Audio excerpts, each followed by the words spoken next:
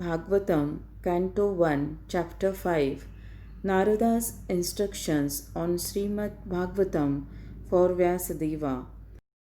Shlok 10 न यद वचसि चित्रपदम हरेः यशो जगत्पवित्रं प्रगृणीत करहि चित तद्वायसं तीर्थम उशन्ति मानसा न यत्र हंसा निरमहन्त्य उशिकक्षयाः. Translation. Those words which do not describe the glory of the Lord, who alone can sanctify the atmosphere of the whole universe, are considered by saintly persons to be like unto a place of pilgrimage for crows. Since the all perfect persons are inhabitants of the transcendental abode, they do not derive any pleasure there. Purport.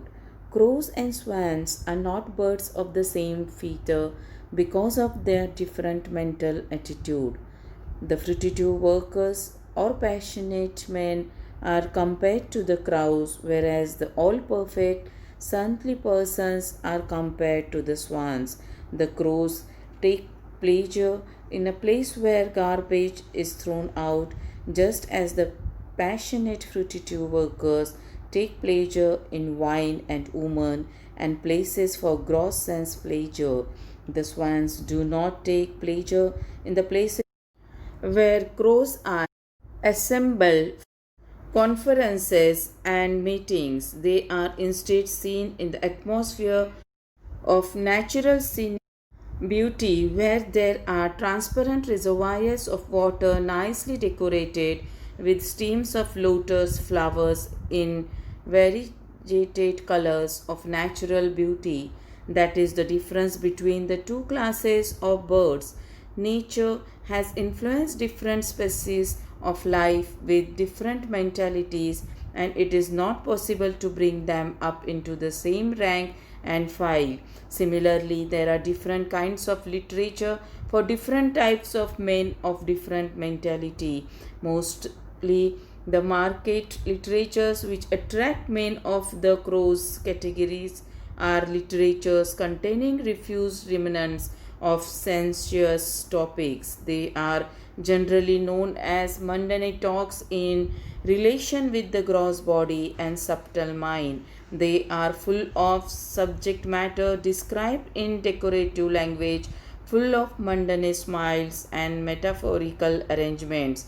Yet, with all that, they do not glorify the Lord. Such poverty and prose on any subject matter is considered decoration of a dead body. Spiritually advanced men who are compared with the swans do not take pleasure in such dead literatures, which are source of pleasure for men who are spiritually dead. These literatures, in the modes of passion and ignorance, are distributed under different labels, but they can hardly help the spiritual urge of the human being, and thus the swan like spiritually advanced men have nothing to do with them. Such spiritually advanced men are called also manas because they always keep up the standard of transcendental voluntary service to the Lord on the spiritual plane.